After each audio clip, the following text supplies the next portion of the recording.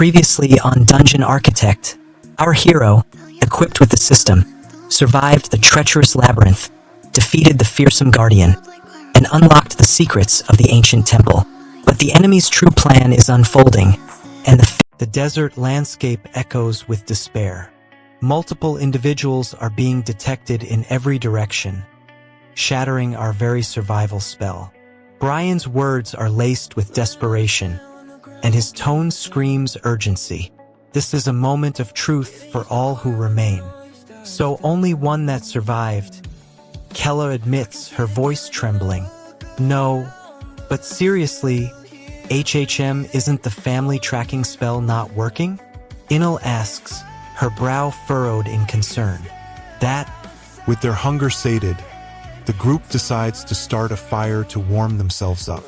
Inul uses her magical abilities to light the flames, making it a breeze. Kella watches in amazement as the fire crackles to life. Then I'll start the fire right away. No need. Magic really is convenient. Her words are filled with a sense of wonder, and she can't help but feel grateful for her companions. As the night wears on, the group settles in for a well-deserved rest. Kella notices that Inul is not eating, and she's worried. Rin, are you not going to eat? I'll right. Inul reassures her, saying, I'll eat your portion. Yes. Wood's ability to teleport comes with some limitations, making him feel uncertain and anxious about his future. Wood's connection to the unicorn's scent increases his desperation to find them, raising questions about his past. Subscribe to Manwa with Hari so you never miss a chapter, exploring the secrets of the Dungeon Architect universe. The King of Balance is powerless, his magic faltering mere feet from his fingertips. He feels the energy of nature, but only up to a limited distance, a meager reach that's more frustration than strength. The comparison to a game map echoes in his mind, a cruel reminder of the reality he's facing. Desperation clings to him like a shroud, as he wonders if he's truly capable of anything more. I wonder if it's similar to looking at a map in a game. His resolve shatters. He's trapped in a prison of his own making, his potential stifled by a pitiful energy perception. The stakes are about to get a whole lot higher. A member of the Taklon, a notorious group, has arrived on the scene. Who? You. The cliffhanger is the ominous warning from the ancient dragon, foreshadowing a catastrophic event that Iron must prepare for. Subscribe to Manwa with Hari so you never miss a chapter of the thrilling adventures in the world of Dungeon Architect.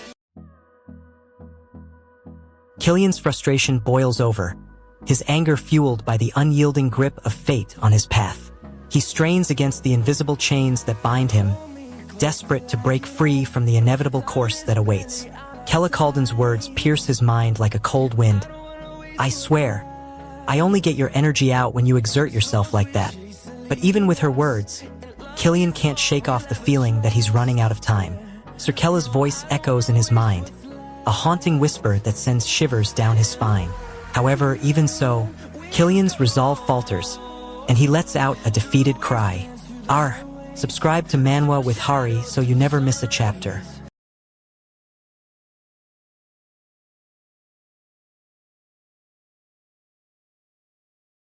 The atmosphere shifts as Veloa screams at everyone to run away.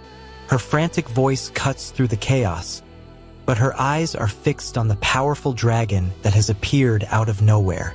This creature's intervention has come at the worst possible moment, and Veloa can't understand why it chose to interfere. She's torn between confusion and fear, her mind racing with the implications of this unexpected turn of events. I'm an everyone run away. But it's too late. The dragon's presence has already changed everything. Veloa's words are interrupted by a barrage of attacks from Kella and Isner, but the dragon's sheer power sends the group reeling. Veloa's eyes narrow as she focuses on the dragon, her mind racing with strategies and counterattacks. The air is thick with tension as the two opponents face off, their wills locked in a silent struggle. Veloa's determination grows, but she's aware that she's no match for the dragon's brute power. She needs a different plan, one that will give her an edge in this battle of wits. The clock is ticking, and Valoa knows she must act soon if she's to survive.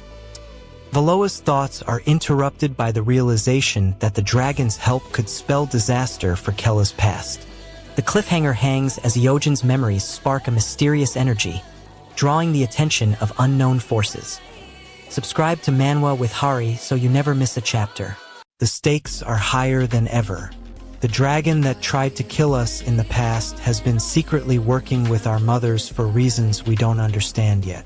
This revelation sets off a chain reaction of emotions: curiosity, concern, and a hint of wonder. We're still grappling with the knowledge of Ka's involvement. I recall the past, when I finally had the chance to look into Ka's memories. As Ka soared through the sky, his emotions swirled with excitement and joy. As I was able to feel the freedom of soaring through the sky at last, The rush of wind in his face was exhilarating, and Ka felt alive once more. I was able to feel the freedom of soaring through the sky at last. But amidst the glory, a new threat emerged: Talcan of White, a figure of darkness that threatened Ka's newfound freedom. Join us next time for more of Dungeon Architect, as we delve into the shadows cast by Talcan of White. Ka's mind had broken, and he'd given up on everything, his cries silenced centuries ago. Ka's existence was turned upside down by the arrival of Karist. The young girl's innocence and kindness brought a glimmer of hope to Ka's life, a beacon of light in the darkness. Her warm smile was a balm to his weary soul, and Ka found himself drawn to her in ways he never thought possible. Wow, mummy. Ka's heart skipped a beat. The sound of Karist's voice sparked something deep within Ka. He felt a connection he had never experienced before, a bond that went beyond words. But her tormentors weren't humans. They were demons. A hostile faction, Tarsica, conducts twisted experiments, analyzing dragon magic to subjugate the mighty creatures. Karist's incredible potential as a magic user makes her the perfect test subject. Tarsica's obsession with her is evident. She must unlock the secrets of this child's powers. The stakes are clear. Karist's life is a battleground, and she's the ultimate prize. They used me for everything. The moment Karist hatched from her egg, Tarsica snatched her away, subjecting her to experiments that would push her to the brink of madness. Her immense magic potential made her an ideal candidate for the most complex spells, transformation magic. Karist expresses her gratitude to Master, thanking her for everything she's taught her. But Tarsica's demeanor changes, and she seems lost in thought. She's haunted by her past, and Karist's growth only reminds her of the pain she's endured. Karist's cries grow louder and more frantic as she calls out for Master Tarsica. Her words are laced with a mix of fear, desperation, and a deep-seated longing for connection. The weight of her loneliness is crushing, and the void left by Master Tarsica's disappearance feels like a chasm that cannot be bridged. Where did 4OU go? Master. Stop playing and come out. Master. Master Tarsica's voice is calm and soothing as she addresses Karist. Her words are laced with a sense of regret and apology, and Karist's emotions are torn between relief and trepidation. As Karist reaches out to the energy, she feels a presence behind her, a presence that sends shivers down her spine. This is the moment Karist discovers the truth about her connection to the energy, and about the person who's been guiding her all along. Karist's energy. My precious disciple. As Karist's memories continue to reveal the truth, she sees her mother's final moments, filled with love and acceptance. At the end of my long, long life, Karist's emotions are in turmoil. her sense of identity shattered by the revelations. It was nice to see your child this once. Every moment is a reminder of the pain and suffering she's experienced, fueling her determination to find the truth. Karist's connection to her mother deepens, and she feels a sense of love and belonging. I love you, my daughter. Keist. But the memories are slipping away, lost in the depths of her mind. 2. Subscribe to Manwa with Hari, so you never miss the next chapter of this gripping story unfolding with a dark twist. The contract was signed, and our town has hours of demon safety left. Ho's words hang in the air, heavy with desperation. Memories of the past flood his mind, and he breaks down in tears. Srill tries to comfort him, but Ho's doubts are rooted deep. He fears his ability might never manifest, and in that worst-case scenario, he's inadequate. Newbie's words of encouragement only intensify Ho's anxiety. Srill shows him the world map, searching for a way to protect themselves. Ho's eyes lock onto the map, a glimmer of hope sparking within him. Go somewhere that can help us protect ourselves. Show me the world map. Srill's words continue to drive Ho forward, and he knows that the time for hesitation is over. He'll need to create a dungeon that serves as a symbol of his power and determination, a place where the demons can call home. Ho's mind is set on one thing, proving his strength and gaining the demons' trust. He'll do whatever it takes to achieve this goal, no matter the cost. I have to be strong enough for them to follow me. In his darkest moment, Ho is met with uncertainty and self-doubt. He questions whether he's truly worthy of leading the demons and if he'll be able to rise to the challenge. The key action or twist of this chapter is happening now as Aijin attempts to take control of his demonic abilities. The emotional stakes are rising as Aijin struggles with his identity, having abandoned his Demon King father's legacy. The cliffhanger emerges as Aijin's plan to gather followers is put into jeopardy, with some questioning his leadership abilities. Subscribe to Manwa with Hari so you never miss a chapter of Dungeon Architect, where the battles within and outside Aijin's mind unfold. The unicorns are refusing to budge, their determination clear.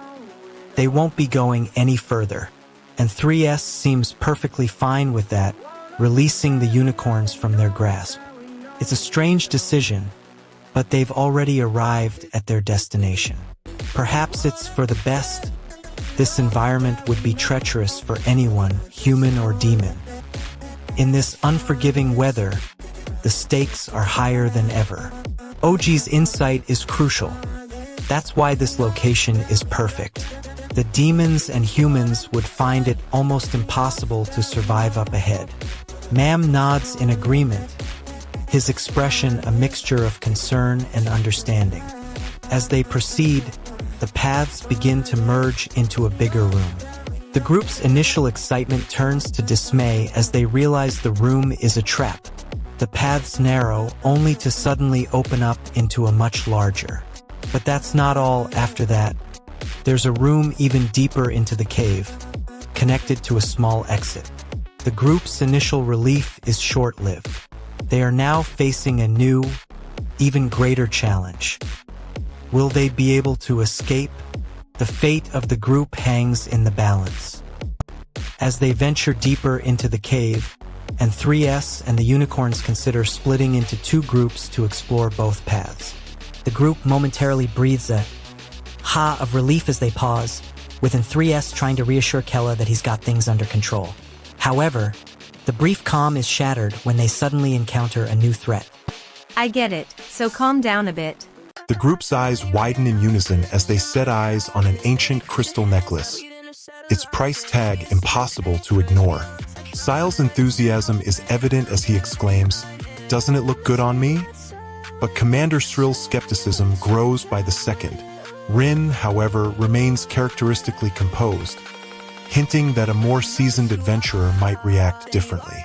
As the group speculates about the necklace's value, they fail to notice the ominous shadows looming in the distance.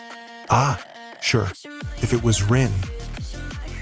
The initial excitement gives way to a sense of unease as Commander Srill's words hang in the air like a challenge. Ah, sure, if it was Rin. Rin's tears fall like rain as she accepts Commander Srill's offer, her voice barely above a whisper. Thank you. She's not just thanking him for the gift of being her attendant, but for the recognition that she's more than just a tool. She's a person, capable of love and friendship. As Commander Srill smiles, a cold, calculating smile, Rin's world begins to unravel. She's trapped in a web of manipulation, with no clear escape. Commander Srill's words hang in the air like a promise, a vow to support Rin in her future endeavors. I will work really, really hard. But as Rin looks into his eyes, she sees something there that makes her blood run cold. Rin's thoughts are a jumbled mess of guilt and regret. Why can't I even die when I want to? Her voice is laced with desperation, and Sile's grip on her hand tightens as he tries to comfort her. What am I supposed to do? She looks up at him, tears streaming down her face. I'm sorry, Rin. Sniff. Sile's expression softens, and he pulls her into a gentle hug. And so, the moment is filled with a mix of sadness and hope. I'm sorry, Rin. Rin's emotions spill over as she speaks, her words a mixture of sorrow and longing. The memories that Rin shared with Lord Kella, I have all of them too. The weight of her statement hangs in the air, as Sile's grip on her hand tightens in response. His expression is a mixture of surprise and curiosity, driven by a deep desire to understand Rin's past. Rin's feelings. For the sake of Rin's future, Commander Srill's focus shifts. He decides to make Rin the strongest attendant, aware of the immense responsibility that comes with this role. The blueprint I'm staring at is a map of our actual location, not some fantasy world I've designed. A stark reminder that I'm not just a creator, but also a participant. My trust issues are about to come to a head, and I'm not sure if my companions are hiding secrets or genuinely trying to help. I glance at Cook, who's pretending not to know what's about to go wrong. The silence is deafening, and I'm already regretting my decision to let my guard down. A treasure spider? Panic sets in as I realize what's happening. The monster is not just any monster. It's a treasure spider, and I let my guard down. The situation is dire, and I'm starting to feel trapped. The monster's barrier is closing in, and I'm stuck. I see Cook's panicked face, and I know we're both in this together. The anger and frustration boil over as Cook's words sink in. Cook! I am furious not because I'm in danger, but because Cook's carelessness put us both in this predicament. Cursed. To a monster like this, Keek accepts you as a comrade, but it's not a clear-cut decision. He's grappling with the weight of his past, his own struggles, and the expectations placed upon him. He's not just agreeing to work alongside you. He's confronting his own demons. I will accept you as a comrade. Ah,